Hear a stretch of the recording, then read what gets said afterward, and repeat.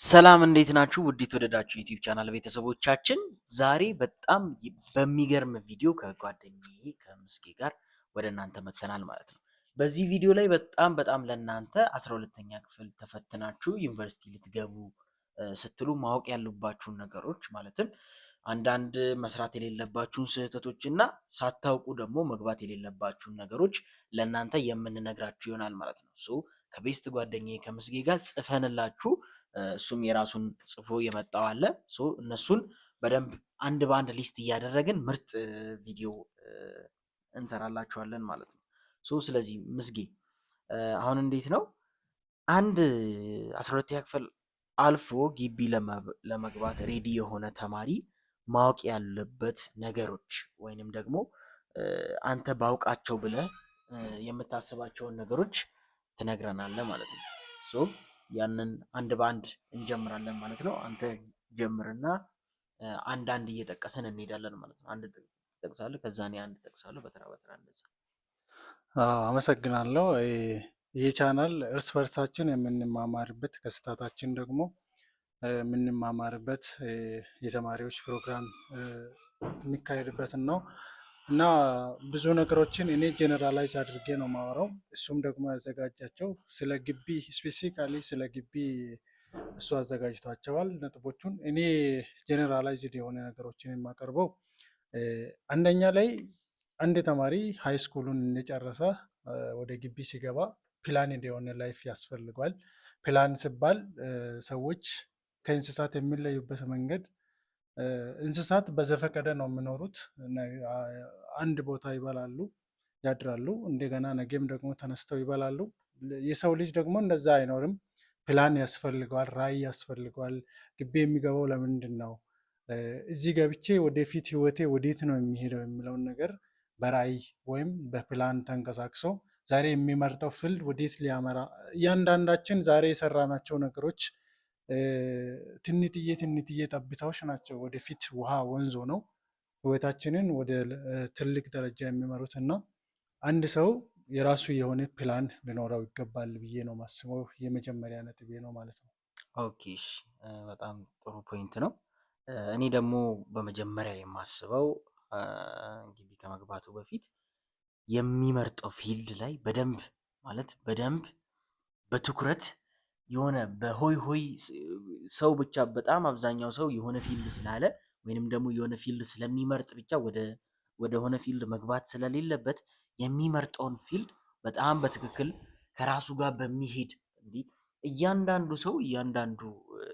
ሰው እኮ የራሱ የለመደው እስከ 12ኛ ክፍል ሲማር የመጣበት መንገድ አለ። ከሱ ጋር የሚሄድ ነገር አለ፣ ከፊውቸሩ ጋር የሚሄድ ነገር አለ እንጂ ላይክ እንደ በግ ተነድቶ አብዛኛው ሰው የሆነ ፊልድ ስለፈለገ አብዛኛው ሰው የሆነ ጤና ስለፈለገ ወይ ኮምፒውተር ሳይንስ ወይ ሶፍትዌር ኢንጂነሪንግ እንደዛ መሆን የለበትም። ስንማረው በኋላ ላይ እንዳይሰለችን፣ ስንማረው በኋላ ላይ ደስ እያለን በስራ ዓለምም በቃ የምንፈልገው እየሰራ ነው ስራ እስካይመስለን ድረስ ማለት ነው። እስከማይመስለን ድረስ የምንሰራው ስራ ምንድን ነው በቃ የምንፈልገው የምንወደው። እንደገና ደግሞ ያው ሀገር ላይ እስከመኖራችን መጠን ከወደፊት ፊውቸራችን ጋር የሆነ ደህና ነገር ያመጣልናል ወይ የሚለውን ሁለቱም በኮምቢኔሽን መሆን አለበት። ከሁለት አንዱም ከሆነ በጣም ከባድ ነው የሚሆነው። ወደ ብሩ ብቻ ካመዘነ በኋላ ላይ ስንማረው ይሰለቸናል፣ ወይንም ደግሞ ወደ ፓሽኑ ብቻ ካዘነበለ ትንሽ ከባድ ይሆናል ማለት ነው የወደፊት ኑሮ ላይ። ያንን መመልከት በጣም ተገቢ ነው እላለሁ። በጣም ሁለተኛ እኔ የማነሳው ፖይንት ወደ ግቢ በምንመጣበት ጊዜ ብዙ ጓደኞችን እናገኛለን። ከተለያዩ ስፍራዎች የሚመጡ ጓደኞች አሉ። በቃ ግቢ ማለት ኢትዮጵያን በትንሽዬ መንደር ኢትዮጵያን የምናገኝባት ቦታ ነች ማለት ነው። በዚያን ጊዜ እናንተ መጀመሪያ እኔ ሳነሳ ፕላን ሊኖራችሁ ይገባል ብዬ ነው እየተናገርኩት እና ብዙ ወደዚህ የሚመጡ ሰዎች የሆነ ላይፍ ፈልገው የሚመጡ ሰዎች አሉ። ጀስት ላይፋቸውን አሳልፈው በቃ የሆነ ነገር ላይ የሆነ ጊዜ ላይ ለማስታወስ የሚመጡ ማለት ነው። አንድ የሆነ መጽሐፍ ሳነብ ነበረ ሰሞኑን እና አንድ ሰውዬ ሲናገር ዩር ላይፍ ኢዝ ዘ አቨሬጅ ኦፍ ፋይቭ ላይፍ የአምስት ሰዎች አቨሬጅ ነው የሚባል ነገር አለ አንዳንድ ጊዜ በግ ከተኩላ ጋር ሲውል ማለት አንድ ብዙ በጎች ባሉበት ቦታ ላይ ተኩላ የሚገኝ ከሆነ እሱም ራሱን በግ እንደሆነ ነው የሚያስበው። ስለዚህ ጓደኞችን ስትመርጡ ራሳቸው ከእናንተ ላይፍ ጋር አንድ ላይ መብረር የሚችል መሆን አለበት። ታች ዶሮ የሆነንና ከላይ እናንተ ጭልፊት ሆናችሁ ዶሮ የሆነውን ላይፍ ጓደኞቻችሁን መምረጥ የለባችሁ። ጓደኞችን ስትመርጡ በቃ የሆነ ደስ የማይል ላይፍ ያላቸው በቃ የሆነ የወደፊት ህልማቸውን ብዙም የማይፈልጉ ጓደኞችን ከመረጣችሁ ህይወታችሁም ልክ በዛች ሰርክል ነው የምትንቀሳቀሱት። ስለዚህ ጓደኞችን ስትመርጡ ከህይወታችሁ ጋር ከእናንተ ጋር እኩል መብረር የሚችለውን ጓደኛ እንድትመርጡ ያንን ነገር ላሳስባችሁ ፈልጋለሁ ማለት ነው። ኦኬ እሺ፣ በጣም ጥሩ ፖይንት ነው። የኔ ሁለተኛው ነጥብ ደግሞ መጀመሪያ ላይ ያወራሁት ስለ ፊልድ መረጣ ነበረ። የፊልድ መረጣውን ፖይንቱን ጨርስን። ብዙ ነገሮችን ካመዛዘናችሁ በኋላ ፊልዳችሁን ትመርጣላችሁ ማለት ነው። ፊልድ ከመረጣችሁ በኋላ በጣም ወሳኙ ፖይንት በቃ እኔ በጣም የምጸጸትበት እኔ ለምመርጠው ፊልድ የትኛው ግቢ ሞር በዛ ነገር ላይ ትኩረት አለው፣ ሞር በዛ ነገር ላይ ስፔሻላይዝ ያደረገ ግቢ ነው የሚለውን በደንብ ማተኮር ያስፈልጋል። ገብቶሃል አይደለ? የጤና ግቢ በጣም ትኩረት ያደረገበት ላይ ሄደ አንተ አፕላይድ የምትማር ከሆነ በጣም ሊስት ኳሊቲ ነው የምታገኘው ወይም የምታገኘው። ወይንም ደግሞ አፕላይድ የሆነበት ሄደሽ የጤና ትምህርት ልማር ብትይ ያን ጊዜ በቃ በጣም ትንሽዬ ኮታ ነው የሚቀበለው፣ በጣም ትንሽዬ ማለት ነው። 5000 ተማሪ ገብቶ በቃ ዝም ብሎ 40 ተማሪ ምናምን ሊል ይችላል። በዛ ጊዜ ኮምፒቲሽኑ በጣም የበዛ ይሆናል። ስለዚህ እዚህ ጋር አንፌር ይሆናል ማለት ነው። ትንሽ ኮታ ያለበት ወይንም ደግሞ ያንቺ ፊልድ ብዙ እንትን ትኩረት በማይሰጥበት ዩኒቨርሲቲ ላይ ከገባሽ ወይም ከገባህ የምትፈልገውን ፊልድ አታገኘውም ማለት ነው። ስለዚህ ያንን መገንዘብ በደንብ ያስፈልጋል፣ በጣም ማለት ነው። በጣም አስታውሳለሁ የዛሬ ወደ 4 ዓመት ከምናምን ነው የዩኒቨርሲቲዎች ዝርዝር እያየው ከዛ በኋላ ከነ ፊልዱ ነበረ፣ ግን ብዙም ትኩረት አልሰጠውም የነበረ ለፊልዶቹ። ለዚህ ፊልድ ስንት ተማሪ ይቀበላል ይሄ ግቢ የሚለው በጣም ወሳኝ ፖይንት ነው። በጣም ምክንያቱም በኋላ ላይ እናንተ ከገባችሁ በኋላ 5000 ተማሪም ሆነ እዛ ግቢ የገባው 1000 ተማሪም ሆነ ያቺን ኮታ ብቻ ስለሆነ የሚቀበለው ወይ ኮምፒቲሽኑ በጣም ከፍተኛ ይሆናል ወይ ደግሞ ቀለል ይላል ማለት ነው። ስለዚህ ያንን መገንዘብ በጣም ለህይወታችሁ ወሳኝ ነው። ያ የወደፊት ብዙ ዓመታችሁን የሚወስነው ውሳኔ ነው ማለት ነው። ሶስተኛ ነገር እኔ የማነሳው በጀኔራላይዝድ በሆነ ወይ ነው። ሶስተኛው ደግሞ ወደ ግቢ ስትመጡ ብቸኝነት ሊሰማችሁ ይችላል። ካደጋችሁበት ከኖራችሁበት ከቀያችሁ ርቃችሁ ነው የምትመጡት እና በዚያን ጊዜ ብቸኝነት ሲሰማችሁ ራሳችሁን ዴቨሎፕ የምታደርጉበት የሰውነታችሁ ማለት የፐርሰናላይዜሽን ዴቨሎፕሜንት የሚያስፈልግበት ጊዜ ነው እና ራሳችሁን በራሳችሁ የምትመሩበት ጊዜ ስለሆነ ቅድምም በሁለተኛውም ጠቅሼ ነበረ፣ ከማይሆናችሁ ጓደኛ ራሳችሁን ማራቅ አለባችሁ። የማይሆናችሁ ህይወታችሁን እዚሁ እንዲቀመጥ የሚፈልግ ወይም ብዙም ፕላን የሌለው ሰው ማለት ነው። ከዛ ነገር ይልቅ ብቸኛ ስትሆኑ አይምሯችሁ በጣም ትልልቅ ነገሮችን አይምሯችን ባይዘ ወይ በጣም ትልቅ ኃይል ያለው አውሬ ነው። ያንን አውሬ ደግሞ እኛ ትሬን ባደረግንበት መንገድ ነው የሚሆነው። እኛ በማይሆን ነገር ዝም ብሎ የሆነ ጀስት አሰስገሰስ የሆነ ነገር ለአይምሯችን እየሰጠን ፊድ የምናደርግ ከሆነ አይምሯችንም በዛ ልክ ነው ደግሞ አይምሯችን በአይምሯችን መንገድ ላይ ሌሎች ቪዲዮዎችን ልንሰራ እንችላለን። አይምሮ በጣም ብዙ ነገሮችን ላለመስራት በጣም ይፈልጋል እና ብቸኛ ስትሆኑ ግን ብዙ ነገሮችን ልትሰሩ ትችላላችሁ። ሁሉም ሰው የራሱ የሆነ በውስጥ በኩል የራሱ የሆነ ኢንትረስት አለው። በዚያ መንገድ ቢሄድ እና ደግሞ በዛ ላይ ደግሞ ሌላኛው ፓሽኔትድ መሆን አለባችሁ። ውስጣችሁ የሚፈልገው ምንድን ነው? ሰዎች በትክክል የሚቀየሩት ከውስጥ ወደ ውጭ ነው እንጂ ከውጭ ወደ ውስጥ አይደሉም እና ውስጣችሁ የሚፈልገውን ሰዎች አሁን ጓደኞቻችሁ ለምሳሌ አሁን እኔ አሁን በጣም የሚጸጽተኝ ነገር ያለው ቤተሰቦቼ ናቸው ሪኮሜንድ ያደረጉልኝ እኔ የሚመርጥበትን ፊልድ ማለት ጤና ነው እየተማርኩ ያለሁት። ነገር ግን ከዛ በፊት ህይወቴ ላይ እኔ በጣም ደስ ይለኝ የነበረው አንደኛ ጋዜጠኝነት ላይ ልሰራ ፈልጋለሁ። ሌላኛ ደግሞ ማምር ቢሆን በታች ሃይ ስኩል ላይም ፕሬዘንቴሽን ሲሰጠኝ ምናምን በጣም ደስ ይለኝ ነበር። ነገር ግን ያንን እንዳላደርግ ቤተሰቦቼ ጤናን የመምረጥ እድል እስካለኝ ድረስ በጤና በኩል ሄጄ የእነሱንም ደስታ እንዳመጣላቸው ምናምን የሚፈልጉበት ጊዜ አለ። አንዳንድ ጊዜ ከቤተሰባችን እና ከፋሽናችን የምንመርጥበት ጊዜ ይመጣል እና እናንተ ግን ሞር የራሳችሁን ነገር ሰዎች የመረጡላችሁ መንገድ ብዙም ሊያስኬዳችሁ አይችልም፣ ደስ ሌላችሁም አይችልም።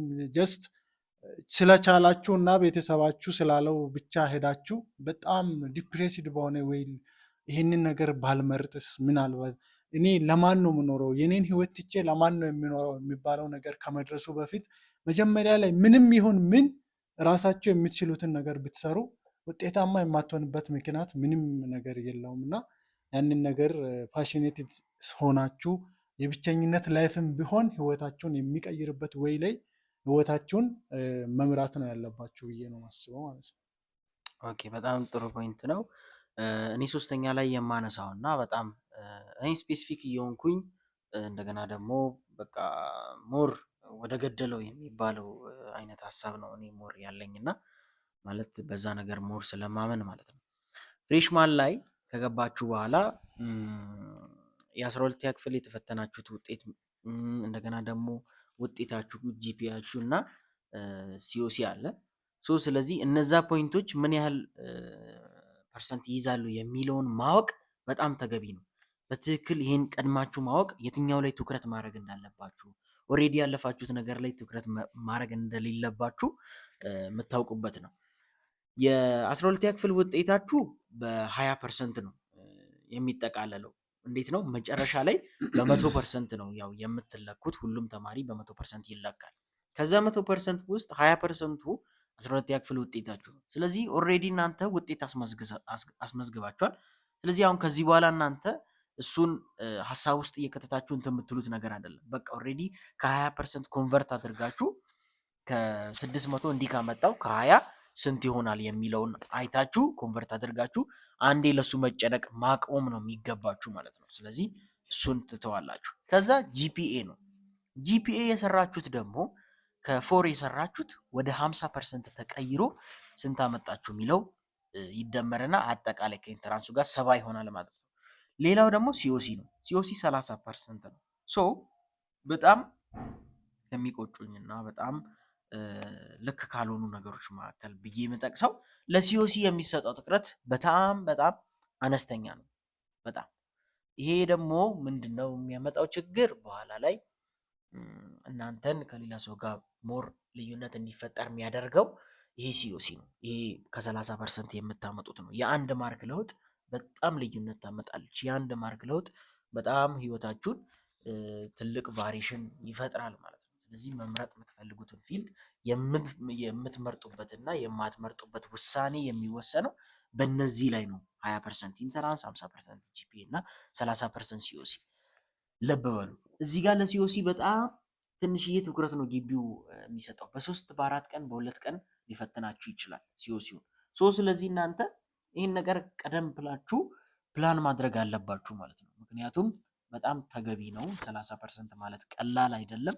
በጣም ውሳኔያችሁን፣ የወደፊት እንቅስቃሴያችሁን የወደፊት 30-40 ዓመት በቃ ማለት በትምህርት ዓለም የምትቆዩ ወይንም ደግሞ በዛ በምትማሩት ነገር ላይ የምትሰሩ ከሆነ በጣም የወደፊታችሁን ዲሳይድ የሚያደርግ ነገር ስለሆነ ያን በደንብ በትኩረት መመልከት ያስፈልጋል። ግቢ ላይ ስትሆኑ እነዚህ ፐርሰንቶች ካልኩሌት ሲደረጉ ከመቶ እነዚህ ፐርሰንቶች ካልኩሌት ሲደረጉ የሚሰጡ አፈርማቲቭ አክሽኖች አሉ። እነዚህ አፈርማቲቭ አክሽኖችም በደንብ ማወቅ ለሴቶች ከአናሳ ክልል ለሚመጡ ለአካል ጉዳተኞች ለነዚህ የሚሰጡ እንትኖች አፈርማቲቭ አክሽኖች ወይም የማበረታቻ የሚባሉ አሉ። እነዚህም ህይወታችሁን ዲሳይድ ያደርጋሉ። ምክንያቱም እናንተ እዛ ጋር ኮምፒት የምታደርጉት የምትወዳደሩት ሰው ከነዚህ አይነት ሰው ጋር ነው። ስለዚህ ለነሱ የሚጨመረውን ነጥብ ያንን በደንብ ኮንሲደር ማድረግ አስፈላጊ ነው ማለት ነው። በጣም ሴቶች ጎበዞች ናቸው ላይክ በጣም እና ያ ነገር ደግሞ ልዩነት ከወንዶች ጋር እንዲፈጠር ያደርጋል። ስለዚህ ያንን በደንብ አባል ሰጥታችሁ እንደመሮጥ ያክል ነው ያው እና ያንን በደንብ መገንዘብ ያስፈልጋል። ሌላ ሶስተኛ ነጥብ ምስኪ ያንሳና አጠቃለን ሀሳቡን እንዘጋዋለን ማለት ነው። ሶስተኛ ነጥብ እኔ የማነሳው ቅድም እያነሳው በነበረ ሀሳብ ነው። እሱም እያነሳ ነበረ ማለት እኔ ነጥቦቹን እያነሳዋቸው ነበረ። እሱ በተናገራቸው ነገሮች ላይ ሳጀሽን ነው ያለኝ። እናንተ ቅድም እሱ ስናገር ስለ ሲኦሲ እያወራ ነበረ። ሲኦሲው ላይ በጣም ትኩረት ነው ማድረግ ያለባቸው። ሲኦሲ ከመቅረቡ በፊት ፍሬሽማን ኮርስ እየተማራችሁ እያንዳንዷን ሳብጀክት ስትማሩ መጀመሪያ እናንተ ፕላንድ መሆን እንዳለባችሁ ነግራችኋለሁ። ያንን ኮርሶቹን እየወሰዳችሁ ደግሞ ለሲኦሲ ራሳችሁን ካላዘጋጃችሁ 2 ቀን ሲቀር በቃ ጀስት ሲኦሲ ቀርቧል፣ የፊልድ መረጣ ጊዜ ቀርቧል ተብሎ 2 ቀን ይሰጣችኋል። የምትመርጡት ደግሞ ያልተማራችሁትን ማለት የምትፈተኑት ያልተማራችሁትን ኮርስ ነው። ለምሳሌ እናንተ እኛ ፍሬሽማን ስንማር ላይክ ክሪቲካል ቲንኪንግ፣ እንግሊዝኛ፣ ማትስ ምናምን የሚባሉ ኮርሶችን ነበር የወሰድነው። ነገር ግን ሲኦሲ ላይ የምንፈተነው ደግሞ ጄኔራላይዝድ ሆኖ በጭራሽ ታች ግቢ የተማርናቸው ነገሮች ናቸው በእርግጥ። ነገር ግን እዚህ ጋር በጣም ሀይ ይሆናል ማለት እንትኑን ይጨምራል ማለት ነው። ለምሳሌ እኛ ግቢ ከገባም በኋላ ለምሳሌ ምንድን ነው አናቶሚ የሚባል ኮርስ ነበረ እና ፋርማሲ ላይ በአናቶሚ ላይ እዛ ፍሬሽማን ኮርስ እየተማርን በሲኦሲ የተፈተናቸውን ጥያቄዎች አገኝተናቸዋል። ያንን ደግሞ እናንተ ቀደም ብላችሁ ሲታወቁ ባዮሎጂ ላይ ማትስ ላይም ጀነራላይዝድ በሆኑ ነገሮች ላይ ራሳችሁን ሲታዘጋጁ ሲኦሲያችሁን በደንብ ከሰራችሁ ደግሞ በጣም የፈለጋችሁትን ፊልድ የመግባት ቻንሳችሁ በጣም ሰፊ ነው የሚሆነው ማለት ነው። ስለዚህ እያንዳንዱን ነገር ፕላንድ በሆነ ወይ ራሳችሁን አዘጋጅታችሁ ስትሄዱ ምንም ነገር በዚች ዓለም ላይ የማይደረግ ነገር የለም። የማይደረገው ነገር ሰዎች ራሳቸውን ማዘጋጀት ዋና ነገር ነው። ሌላኛው ደግሞ ሃርድ ወርክ በጣም አስፈላጊ ነው። የምተኙበት ጊዜ በጣም እንቅልፋችሁ ደግሞ ሌላኛው ያላነሳ ነው። እንቅልፍ በጣም ወሳኝ ነው። አንዳንድ ተማሪዎች የሚሳሰቱት ግቢ ከገቡ በኋላ በቃ የሚታያቸው የወደፊት ነገራቸው ነው፣ የወደፊት ህልማቸው። በእርግጥ የወደፊት ህልማቸውን ተው እያልኳችሁ ሳይሆን እንቅልፍ በጣም ወሳኝ ነው። እንቅልፍ ካልተኛችሁ አይምሯችሁ ሁሉንም ነገር እየወሰደ የነበረውን ነገር ሪስትራክቸር የሚያደርገው ከእንቅልፍ በኋላ ነው። ቢያንስ 8 ሰዓት እንቅልፍ እንድትተኙ እመክራለሁ እኔ። ብዙ ተማሪ ግቢ ከገባ በኋላ ፍሬሽማን ኮርስ ተምሮ ወደ የዲፓርትመንቱ ወደ የስትሪሙ እስኪገባ ድረስ በጣም እንቅልፉን የማጣት ነገር አለው። የሆነ ብዙ ሴቶች ስላችሁ ወንዶችም አሉ በጣም የመፍራት የሆነ ስትሬስ የሚሆኑበት ጊዜ አለ። በቃ የሚሆነውን ነገር ከመጠበቃቸው የተነሳ አይሆን ማለት አላውቅም። እና ራሳችሁን ሪላክስ አድርጋችሁ ምንም ከሰራችሁ ካነበባችሁ ምንም በቃ እናንተ የማታገኙት ነገር ምንም የለም። ለማንበብ ደግሞ ጊዜ መወሰን፣ ስትሬስ አለመሆን። ስትሬስ ስትሆኑ የሆነ የምትወድቁበት ነገር አለ። እኔ እያየው አሁን ፈተና ስንፈተን ብዙ ሴቶች መሬት ላይ እየወደቁ ነበሩ። ያ የተነሳው ከፈተና ፍርሃት ምን ይመጣል ፈተናዬ ላይ ቢወድቅስ ኤፍ ባመጣስ የሚባለው ነገር እየፈሩ ነው። እና ስትሬስ እንዳትሆኑ ትክክለኛ የሆነ የእንቅልፍ ሰዓታችሁን መድባችሁ እነዚያን ነገሮችን ካደረጋችሁ እናንተ ልትደርሱበት የምትችሉበትን መንገድ የሚቃወማችሁ የሚከለክላችሁ ማንም አይኖርም ማለት ነው። ስለዚህ ፕላን ሆናችሁ ብትንቀሳቀሱ እላለሁ ማለት ነው። ስለዚህ ቪዲዮአችንን በዚህ ጨርሰናል። አይሆፕ በጣም ጠቃሚ መረጃዎች ቢያንስ እንኳን ቢያንስ እርግጠኛ ነኝ ቢያንስ አንድ ጠቃሚ መረጃ አግኝታችኋል። እስከ ቀጣይ ቪዲዮ እስከምንገናኝ ድረስ እኛን ለማበረታታት ከፈለጋችሁ ቪዲዮን ላይክ ማድረጋችሁ እንዳትረሱ። ሌሎች ጥያቄዎች ካላችሁ ኮመንት አድርጉ። በቀጣይ ቪዲዮ በሌላ ርዕስ እንመጣለን ማለት ነው። ወይም ሌሎች ጥያቄዎች ካሉ እነዛን እየመለስን እንመጣለን ማለት ነው። እስከ ቀጣይ ድረስ ቸር ሰንብቱ።